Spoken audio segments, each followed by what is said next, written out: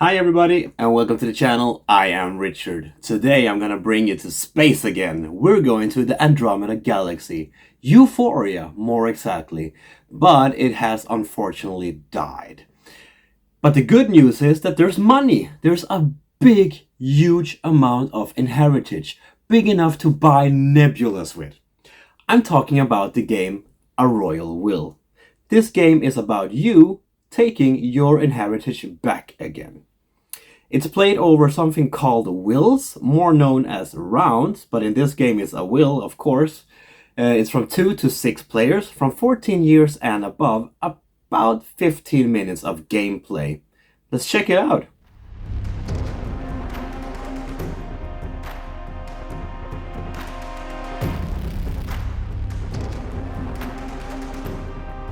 The setup of this game is quite simple and really takes no time at all.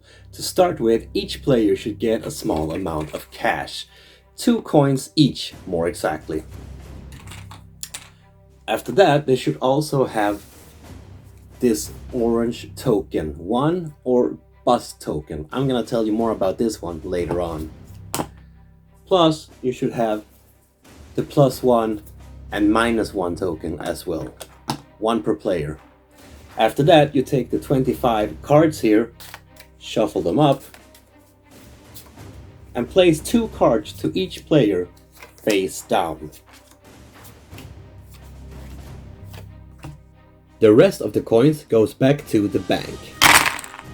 And the cards that are not being used should be placed next to the playing area.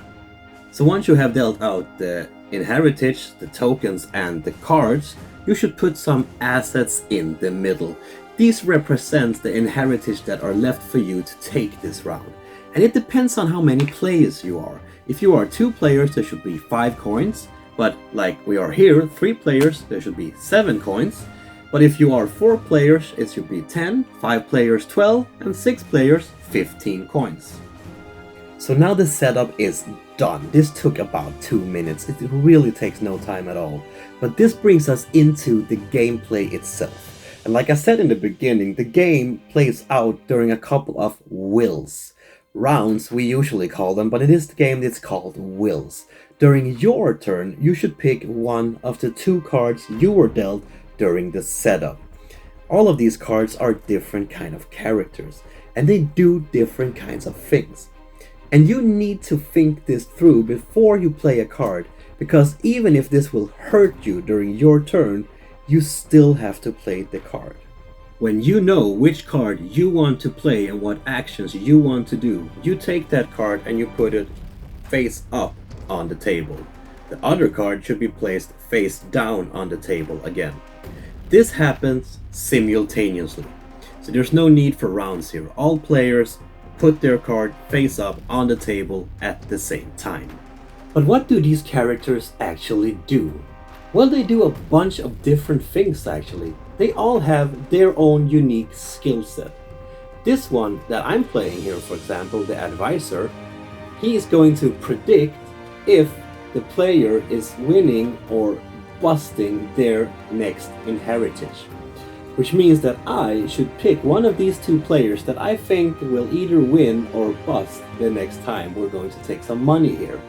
So that means that I think that this winner is going to bust his inheritance. And if I'm right, I get to take 2 coins from the bank. The executor gets to swap cards, which means that he can take any upside down card and swap it with another player. The tax collector. This guy is mean. He gets to take a coin from any player and put it back to the assets or back to the bank. This guy right here grants you immunity, which means that no other player can target you during this turn with their characters. The forger can actually help you in 2 different ways. He has 2 different skills. One is passive and not an action.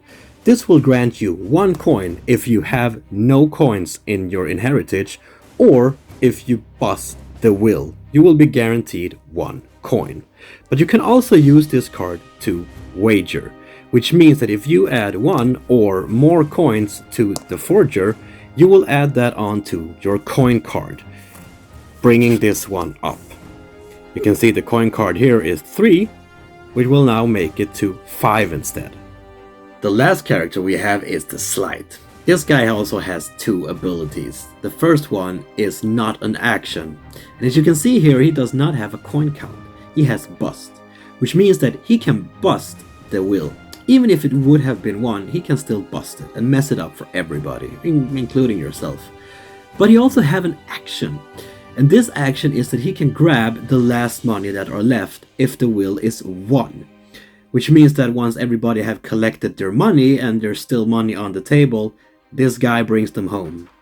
Once everyone is done with their actions and are more or less happy with them, it's time to reveal the coin cards. Remember the cards that we put on the table upside down in the beginning of the game? Well, it's time to reveal them. And we do this simultaneously. So we all show them at the same time. Now, every card has a coin value. This one should now be added up in this phase. So we take 2 plus 3 plus 3, giving us a total of 8. That's right, I do know how to count. But remember, I have the forger, and I have put a coin on him, bringing my coin card's value up to 4 instead of 3. So now we have a total amount of 9. So now we know the total value of our coin cards. And if we have the same amount or less than there's in the assets, we all get a share. But if we want more money than there's in the assets, we won't get anything. So let's check it out. We have 1, 2, 3, 4, 5, 6, 7, 8, 9, 10, 11. And remember, our total together with my forger were 9. So we win this time, giving us the money that we have asked for.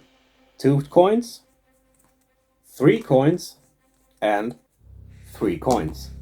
But remember, once again, I have the forger, and this guy brings back the rest of the money to me.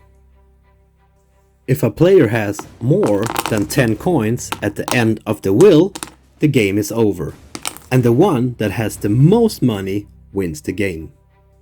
Now maybe you want to make a tournament out of this to see which one is the ultimate player. Then you could use these tokens to symbolize that you have won.